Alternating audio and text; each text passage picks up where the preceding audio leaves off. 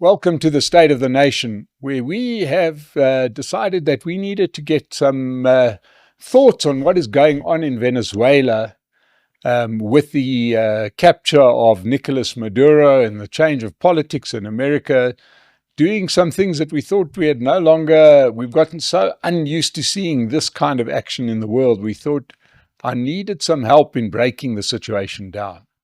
So today we're going to do an analysis of what went on in Venezuela and what it could mean for the world and especially South Africa.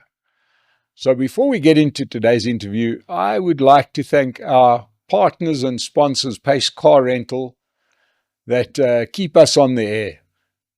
And they're going to keep you driving cars at a good rate. Just go onto their website, book a car, use the code SONA, S-O-N-A, and you will get a discount.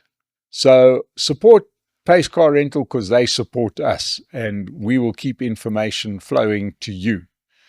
And remember, it'll only flow to you if you subscribe to the State of the Nation. So let's get into it. Joining me today is an old friend of the show, and that is Kuhle Maseko. Kuhle, welcome back to State of the Nation. All the best for the new year. Same to you. It's been an interesting start to the year, hasn't it? Yes, it has been. And I suppose it's been quite a difficult start to the year for certain Nicolás Maduro. What do you make of America's action in Venezuela? Well, firstly, Mike, I think, a lot of us didn't think that Trump would be serious. I think quite a lot of us. Yes, we saw, Trump sending ships, warships and all sorts to Venezuela as early as last year, November. Now, I think even Maduro himself would not have been naive to think that such wouldn't have happened, Mm-hmm. And it comes as a surprise to a lot of leaders, but not just as a surprise, but as a worry to many other leaders who have still not been captured, should we say, by Trump's forces. Now, obviously, they come in, they take Maduro and his wife. We've heard the stories about him supposedly hiding behind a metal wall or silver, whatever wall in their house. But there's so many questions that I don't think people ask, especially us here in the South African media, about Maduro's security. What happened to the security? Because you'd often expect that the president should be tightly guarded. But if you are able to access a president so easily, that creates so many worries. And now obviously Maduro's in the US. He's facing trial as we speak. His first appearance was this week in the New York court. Now, another question would also be, who's the president now? Because we hear Maduro's allegedly former president, and then he went to court rather, and said, I'm still the president. And then we hear Delcy Rodriguez says, I'm in charge now. And then Trump says, we are the ones that are running Venezuela. So we don't know who's actually running the show at the moment. But I think we've got to take a step back before we look at the actions itself and the repercussions. Is that it seems to me that there's two things that have to be read into this. Number one is that the old world order, the rules-based system where you don't just take unilateral action, seems to be thrown out. We saw this action being very similar to the one that Russia took when they invaded Ukraine, where they amassed troops and they amassed troops. January seems to be a popular time for this. They amassed troops on the Ukrainian border and everybody said, nah, he's not going to invade. Like, come on, it's 2023 at that point, or 22. Everybody said, we're in a modern world, nobody wants an old-fashioned war. He's not going to do it, and he did it. And now we've got the US doing something similar where they ride the world's biggest aircraft carrier in, just off the coast of Venezuela. It sits there for, a month or two, gathering information, putting together the operation, and what was clearly a well-coordinated operation. That's fine. That's one thing. But the other part was that this comes on the back of Maduro, who is, he was the successor to Hugo Chavez, who was a lot more charismatic and popular. But he had been taunting America quite openly on social media, making jokes, saying, come, expecting that they wouldn't come. And, thinking that America is going to have to follow all of these channels before they could do something like this. But Trump goes in, which must put the fear of the great one into everybody, because suddenly you better watch what you say.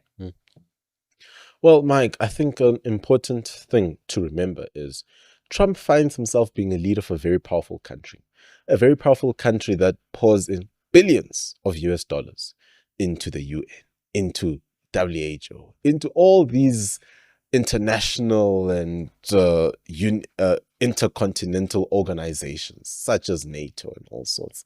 The man's got power.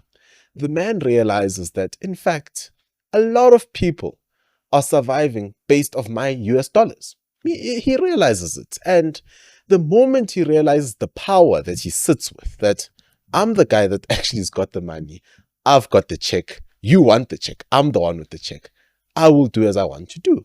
Trump does not follow traditional policy. He's not a diplomat in the sense of the European way, where you've got your Macrons who will come and just smile. I mean, Macron came to the G20 here, probably saw something he didn't like, but he wouldn't speak about it. He just came and he smiled, said, I enjoyed your Sent a message saying what a wonderful event. Exactly. And then went straight. He was still on the plane when he said we need to make this thing smaller.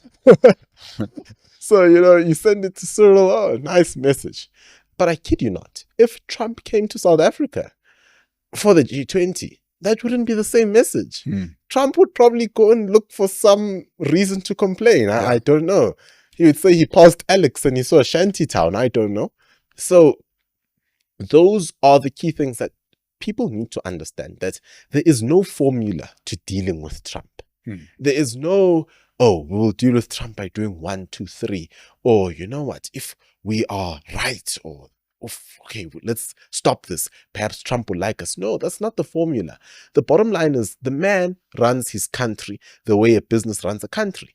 If Trump says, myself and Mike have got a deal that I give Mike plastics at 7 rand, it does not mean that I will be giving plastics to Cyril Ramaphosa at 7 rand. If Mike feels like I want to give plastics, if I feel like I want to give plastics to Cyril at 20 rand, that's my decision, and that's how Trump does his business, Trump does not care about this, and this is what the ANC is missing.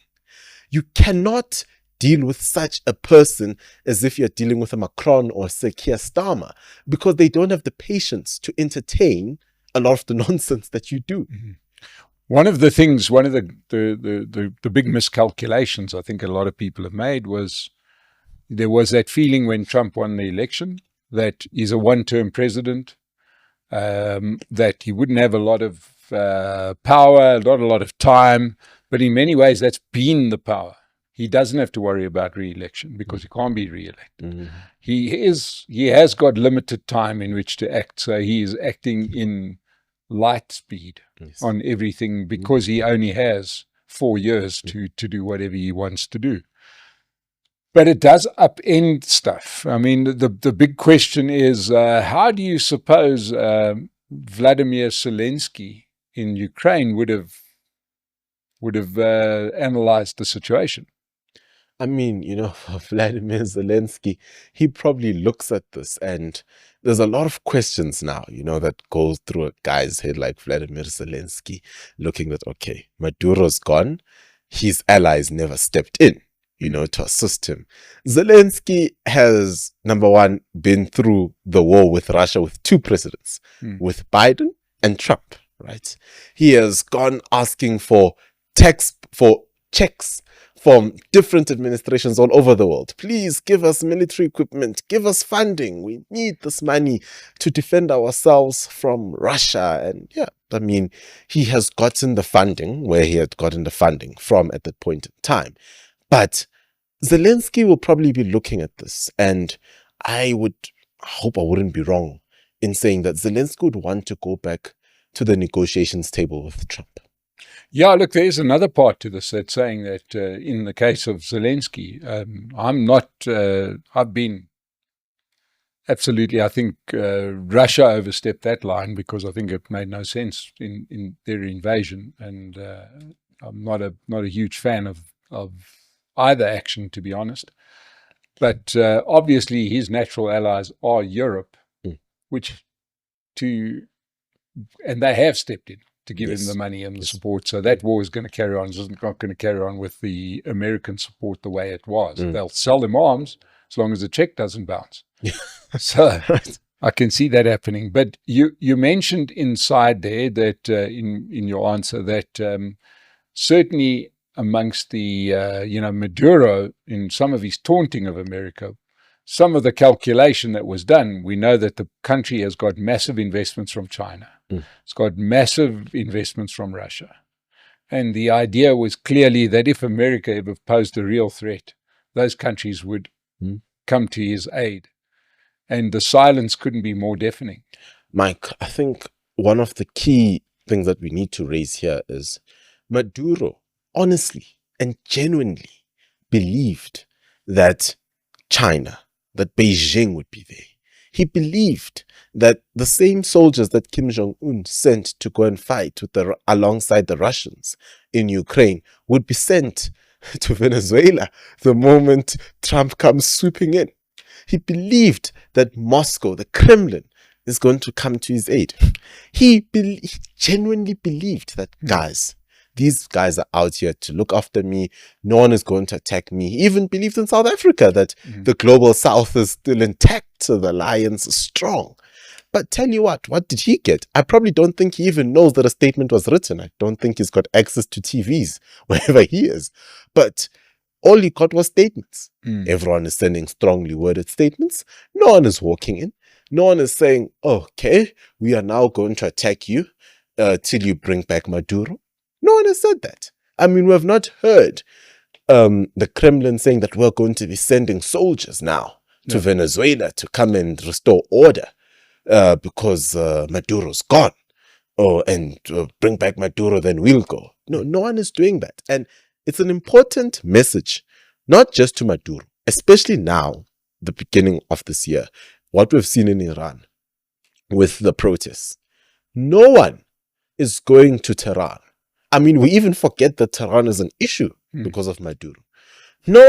Kremlin is not sending anyone to Tehran to go and fight alongside the Ayatollahs against this. Yeah. So it's a very important message to those that believe that some form of salvation or prosperity lies in the East. That the moment, I'm very sorry to say, the cuck hits the fan, no one is going to come and rescue you. Yeah. There's also another thing that I suppose has to be sort of like identified here, and that is that from a military perspective, this is a big change. And there's been a lot of people that have likened the situation to Russia, Ukraine, and China, Taiwan. But this has been very, very different because he didn't put boots on the ground. Yes. It was really just an operation where a whole lot of people dropped in from the sky and took out the leader. They didn't come in and declare war. There's no soldiers there. They didn't bomb the place. They strategically attacked the place. And that must be more terrifying to leaders. Because now, if you are sitting in Tehran, the fear in the past would have been that they're going to land soldiers and they're going to do a George Bush type invasion of Iran.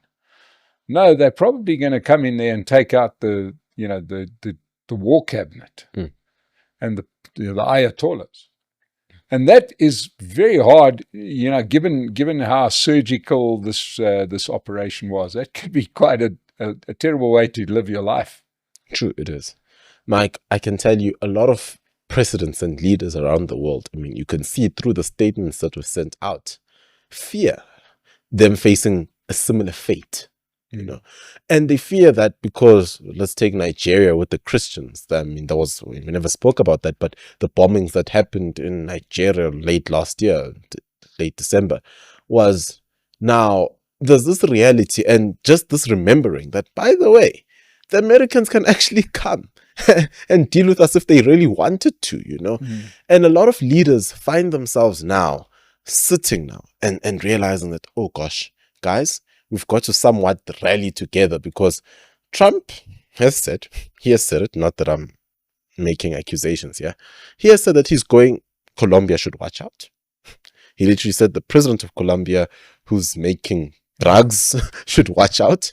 And he goes on to say, which he said yesterday, Greenland will be like in 2 months or 20 days from now. Now, you sort of think, are we going back to the era of colonization, just in a modern world, where people come and annex a country and just, okay, we are the ones in charge now. Howdy, partner. We are here. This is we will tell you what to do from now on. And I don't want to say that's where we're going, but there's the reality that all these leaders from different countries will come together to condemn Trump, because there's a genuine, honest fear now towards Trump that he could just go over to Nigeria and capture the president, or go over to the Ayatollahs. Remember, in the past, the Ayatollah's biggest frustration, besides the US, would be the IDF and Mossad. I mean, Mossad would just send phone bombing and all that stuff. Now there's a real fear that someone could just be kidnapped and taken over to the US. So Trump has really woken up a part of the US and reminded us of the giant that the US is actually. Because one wouldn't imagine China doing this. Yeah. Even if it had to go to war with Taiwan. You wouldn't imagine China going to take the president of Taiwan and send them over to Beijing. I mean, you can't see that happening. What is the downside here, in your opinion, for America by doing this? Look, Mike, I think the only downside is we could be setting a dangerous precedent. And what do I mean by that is, yes, America is a democracy, right? I tend to like Trump personally, but it's the same way when South Africa built or set up our constitution. The constitution was set up for a president like Nelson Mandela. We all thought we'd have Nelson Mandela till we die, but we never thought of the fact that after Nelson Mandela's gone, who's going to come in? Are they still going to be as good or morally good as Nelson Mandela? Now, what I'm trying to say here is, what happens when Trump leaves? Or not even what happens when Trump leaves. What happens when China does the same thing? Because they're not a democracy. China is not going to, America now is saying we're going to give the people of Venezuela democracy. They'll become rich and we're going to give them what they deserve. China's not going to go over to Taiwan and say, from today on, you guys are democracy. Hell no. They don't believe in democracy themselves. So now I feel like we've opened a very dangerous door. Yes, Trump did it. It's cool. But we've opened a very dangerous door for others like Putin, for others like Xi Jinping, to really just get in there and exploit that door. And say, if you could do it, why can't we do it to our enemies? Yeah. But I suppose the one thing is that countries that are particularly vulnerable to this kind of action are countries that do have authoritarian governments that could actually be the biggest victims. Because, if we were to decide tomorrow to do something nefarious, evil to a democracy, to Britain, we're going to take out Keir Starmer. Right. There's enough other leaders there that will take over. Whereas in Venezuela, Maduro was behaving like it was his own fiefdom. Yeah. The Ayatollahs is their own little country. It makes that group quite easy to extract. And then the country is literally quite powerless. And that's where China is vulnerable. It's where Russia is vulnerable. What would happen if you took out Putin? You know what I mean? It's not like they're going to, like there's a whole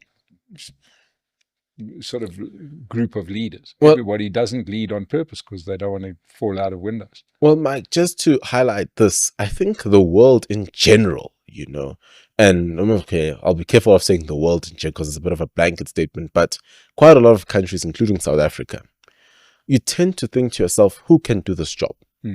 Quite honestly, ask the honest question. Not about I favor this or I favor whoever. No, it's about who can become president today, and we know that you will improve the country. There are very few people that come to mind. Yeah. Very few. people that come to mind. And that's the same feeling I have with many countries out there. I mean, yes, Venezuela, like you're saying. I mean, we all know Maduro. I can bet you half the world did not know of Delcy Rodriguez's existence before Maduro was taken out. Yeah. I mean, it's the same as Russia. People know of Putin. They don't know of Sergei Lavrov. Yeah. You don't even know of Putin as a deputy. I mean, we don't know of all these things.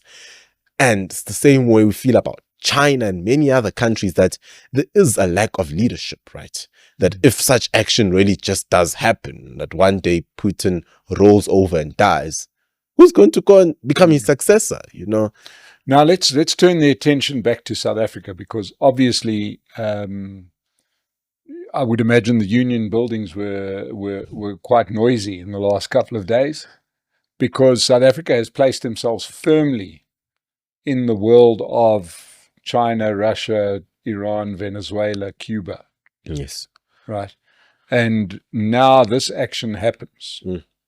And there is no doubt that given Donald Trump's attitude towards South Africa, we've got to feel a little bit concerned that we are not on the same hit list, because, you know, remember there was a certain case in the International Court of Justice that South Africa took a lot of credit for. Now, it's all great taking credit for stuff, but so if there's a price to pay for that, it may just happen. But what do you think is the implication here, potentially, for South Africa? What do you think could happen? So, firstly, Mike, I think a very important thing to remember is, and I hate to say this, but I find myself in a position of saying this, is the ANC is the party that is arguing with the US. Let us not say the government is. It's the ANC. And where I will fault parties now is the other parties in the GNU, that why aren't you standing up to the ANC? I mean, we literally saw Durko, in which we know very well, and we have covered, I think you've covered thousands of times, where we've heard that Durko said to the DA and to VF Plus that that is ANC's position. No one should even come close to it. Durko's ANC. Now, when you don't open up Durko to other people's opinions, like let's say VF Plus or the DA, oftentimes the ANC does not make wise decisions. They release a statement condemning Trump and then calling for an emergency UN council meeting. Now, my feeling towards this is this comes at a very wrong time.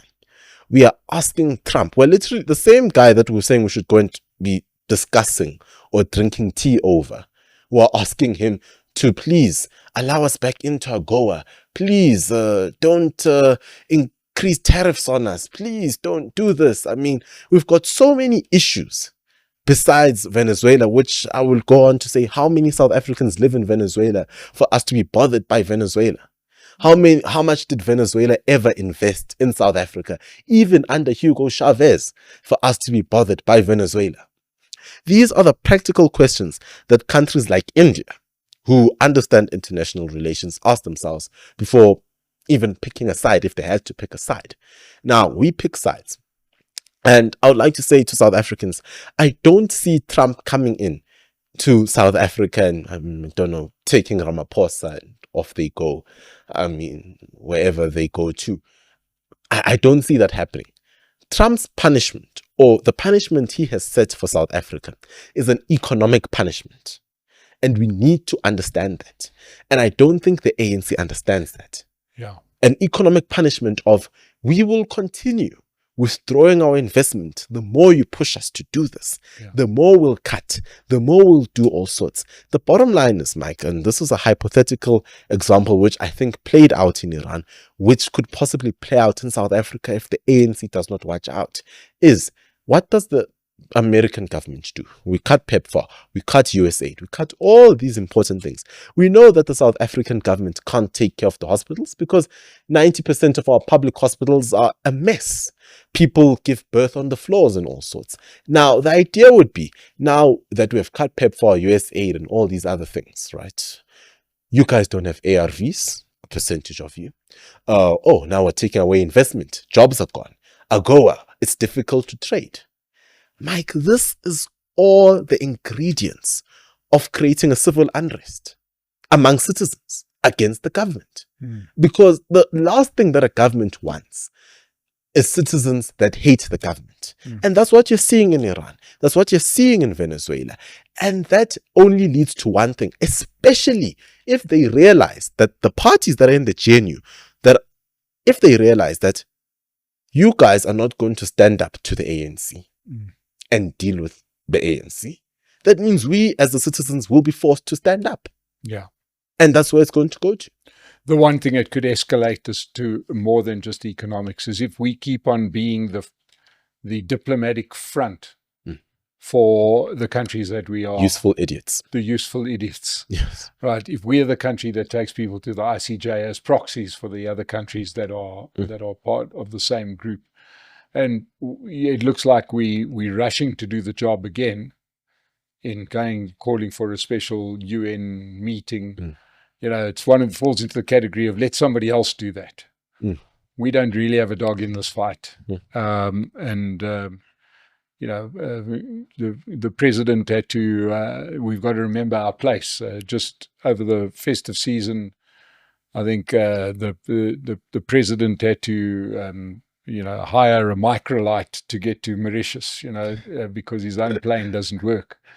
We've got one jet that flew up and down during the G20. We're not exactly some kind of superpower or great economy.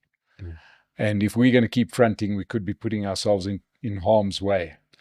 Well, Mike, I think one of the, as you're saying, is you've got to always consider where South Africa is currently, and consider our role in the world as a whole. We are no longer the people of Nelson Mandela. The world does not have time to be saying, oh, South Africa, you will advise us morally about how we should do things. The world has forgotten about Nelson Mandela. Yeah, nobody's going to India and saying, you're the country of Mahatma Gandhi. That please show us that. What do you think? No. Now, the world is looking at us as any other country would. Say, oh, you guys align with China, Russia, whether you benefit or not. The bottom line is you align with them. So that's where you choose to make your bed. Cool to you. Now, the big issue here is, and I often get a lot of flack for this, is my issue of, let's say, Palestine and Israel. Now, whoever you support doesn't really matter to me if we had to look at South Africa and standing for the country. The bottom line is, what does Palestine have that South Africa needs? And the logical question would be, why doesn't the Arab world go and look after Palestine? Why would Egypt build a high fence next to Gaza? I mean, these are all the logical questions that a normal thinking person would ask, no matter which side you stand with. Now, another thing would be to say, okay, let's look at our partners, our friends. Our best friends are China and Russia. How many times does China send out a message about Palestine? I can't even remember the last time Xi Jinping mentioned Palestine, let alone even saying which side he stands with. Same as Putin. You can't remember some of these things because they don't get into such. The main interest of many countries out there is about defending our country. It's about defending the interests of the country. And the current interest of South Africa should be creating a business-friendly environment to make sure that people come and invest. That should be the key thing. I mean, I would rather have Israeli tourists than having Palestinian refugees. I know it's a controversial statement to make, but the bottom line is, to the people watching out there, the Israeli tourists create jobs because now we need to hire more people. That makes sense to me. Unlike taking on a burden. And those are the things that we don't understand, that oftentimes we are drunk by ideology and we don't understand that ideology does not feed us or does not somewhat improve the economy. The real question now, Mike, especially as we go towards elections and especially voting now in local government elections, I always advise people, and this is my advice to any politician out there, and I say to them, guys, especially local government election, this is going to be a referendum. You have said it before. The bottom line is, it's going to be ideology versus service delivery versus jobs versus, do I have a meal when I go to sleep? Do I have a car? Do I have whatever? And that's what people are going to have to vote for, is are we as citizens finally going to ditch the ideology theatrics of EFF, MK and ANC and say, are we going to go towards parties that are saying, we will make sure that you've got, there's a job in every single household, there's food on your plates, your kids go to a decent school and a hospital. That's what should be the key focus. Leave ideology alone. That's not going to get us investment. A key example, Mike, about where we find ourselves now is looking at our Western partners, or Western, I wouldn't call them allies now, we can just call them partners that have invested in South Africa. They are withdrawing slowly. And I don't think this story is being covered enough. And we need to link this back to Maduro. We have to. We cannot somehow think that things happen in isolation. The way Trump deals with Venezuela is not going to be the same way he will deal with South Africa. Hence, I said the way he's going to deal with South Africa is through economic ramifications. The simple thing is, we are going to withdraw our companies. If you guys don't want to listen to us saying scrap BEE, we don't want land expropriation without compensation, we'll go. We won't even go too far. We'll go to Botswana. We will go to Namibia. We will go to Ethiopia, where we can actually, what's even better about going to Ethiopia, there's no minimum wage. We can go there and we can start up our businesses and create a profit and make a profit. And those are the basics that South Africans don't understand, because many South Africans stand with China. Many South Africans think that salvation is going to come from the East. And surprise, surprise, it won't. Because even the Chinese don't like unions. The Chinese will not tolerate COSATU if they had to come and build factories here in South Africa, because they don't have time for CCMAs and workers' rights and all sorts. And it's the unfortunate reality of business. Business is there to make money. It's not there to nurse feelings.